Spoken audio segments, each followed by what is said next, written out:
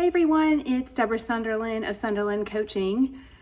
I'm so excited to share some thoughts with you, and I'd love your feedback. This is for CEOs, founders, and leaders who want to engage with their team and really want to create a sense of belonging in their culture. So I'm going to give you 3 ideas to play with, 3 tips, and I'd love your feedback if you try them out or if you have questions. So how do we create a culture of belonging?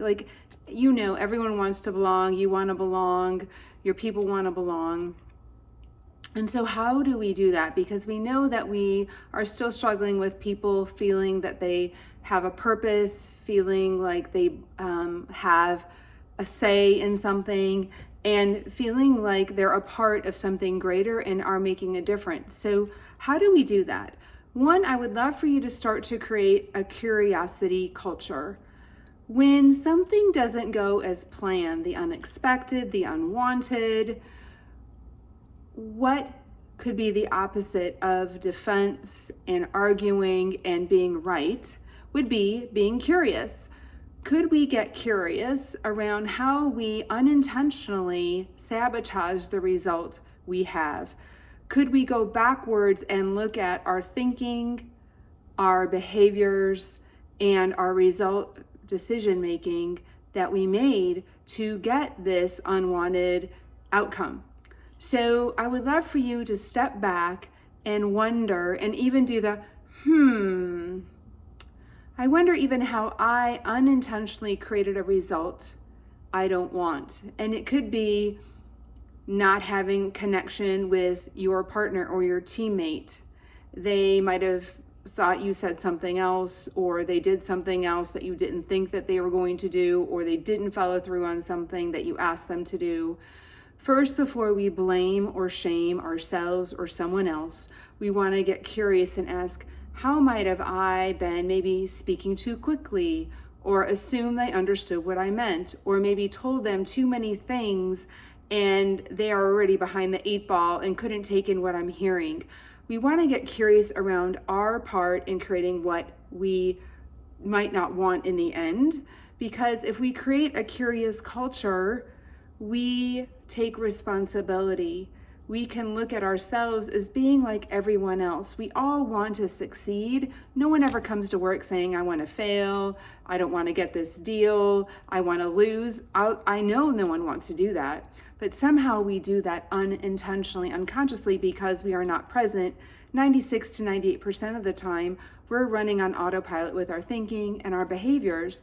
So that's why I want you personally to take responsibility for your own thinking and wonder what your thought pattern is that no longer is serving you, by getting curious and teaching your people to get curious about their own responsibility in creating a result that's unwanted or one that we don't have yet.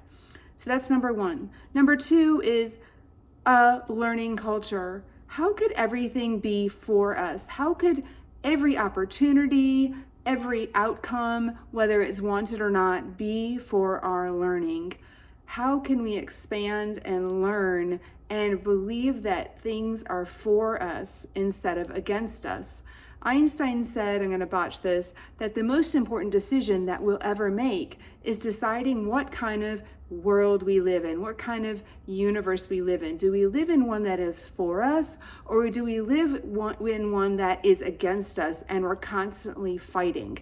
Believe me, you're going to get 2 very different results and very different ways to relate to yourself and others if you believe that things are against you and not for you, or if you believe all things are working out for your good and for the results you want. And it's always a learning when you don't get the result you want.